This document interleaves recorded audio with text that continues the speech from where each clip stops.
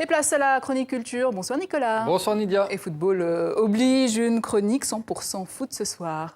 Petite question tout d'abord Nidia. Regardez et dites-moi ce que vous pensez de cette chanson.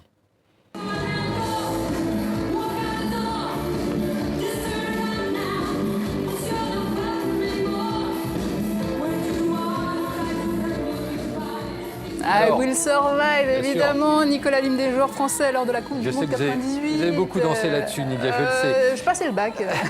Comme moi. Et la comédienne que vous voyez sur ces images, eh bien, c'est Léa Girardet. Et elle s'est justement inspirée de cette Coupe du Monde 1998 pour écrire son nouveau spectacle, Un seul en scène, où elle fait le parallèle en fait entre sa carrière de comédienne au chômage ou cantonnée à des petits rôles et les footballeurs remplaçant lors des grandes compétitions internationales leur solitude, leurs doutes, mais aussi leurs espoirs. Écoutez. Quand j'étais au chômage, je me suis sentie comme un footballeur remplaçant. En me plongeant dans des interviews, dans des documentaires et en rencontrant des footballeurs, je me suis reconnue en fait dans leurs paroles. Par exemple, Vikash Dorasso dit pendant la Coupe du Monde 2006, je ne suis pas supporter, je ne suis pas spectateur, je suis joueur de foot et je ne joue pas au foot. Et ça, c'est une phrase qui m'a énormément marquée. Et quand je me suis plongée dedans, j'avais l'impression qu'en fait, il parlait de moi. Je suis comédienne et je ne suis jamais sur scène. J'encourage mes camarades, je viens applaudir les gens au théâtre, mais moi je suis assise sur le banc de touche et jamais dans la lumière. Donc c'est ce parallèle-là qui m'intéressait, cette frustration et ce qui fait qu'on tient quand on nous dit non, quand on ne rentre pas sur un terrain, quand on ne rentre pas sur scène. Je ne suis pas Cantona, je ne suis pas Papin, je ne suis pas Ginola, je suis Zinedine Zidane. Je suis la prochaine grande comédienne du XXIe siècle. Comme un comédien, un footballeur, même s'il sait qu'il ne va pas rentrer, au fond de lui, il a quand même une lueur d'espoir qu'un jour, peut-être, il va rentrer. Je me dis que si Franck Leboeuf, qui était remplaçant depuis le début de 98, est rentré sur le terrain le soir de la finale, alors oui, tout est toujours possible.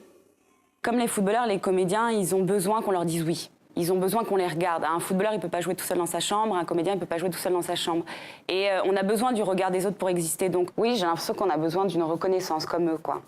C'est pour être validé, pour se sentir légitime et pour avancer. On a besoin d'un oui. C'est pas parce que tout n'a pas réussi qu'il faut définitivement baisser les bras. En tout cas, moi, j'ai envie d'y croire. J'ai envie de croire que ces 20 prochaines années vont nous surprendre.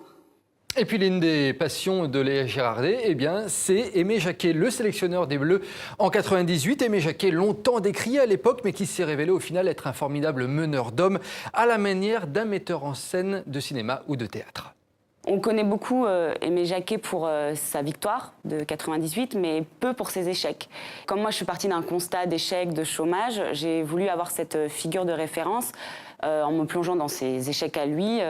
Ce qu'on ne sait pas, c'est qu'il a été viré plusieurs fois, qu'il a été extrêmement critiqué avant et pendant la Coupe du Monde. Et c'était cette figure de persévérance face à l'échec et aux critiques qui m'intéressait. En 1993, il est le sélectionneur adjoint de l'équipe de France aux côtés de Gérard Houllier et participe à l'un des plus gros traumatismes du football. La France perd contre la Bulgarie et enterre ses espoirs de Coupe du Monde américaine. Gérard démissionne et Aimé Jacquet devient le sélectionneur officiel de l'équipe de France. À titre provisoire, c'est-à-dire en attendant de trouver quelqu'un d'autre.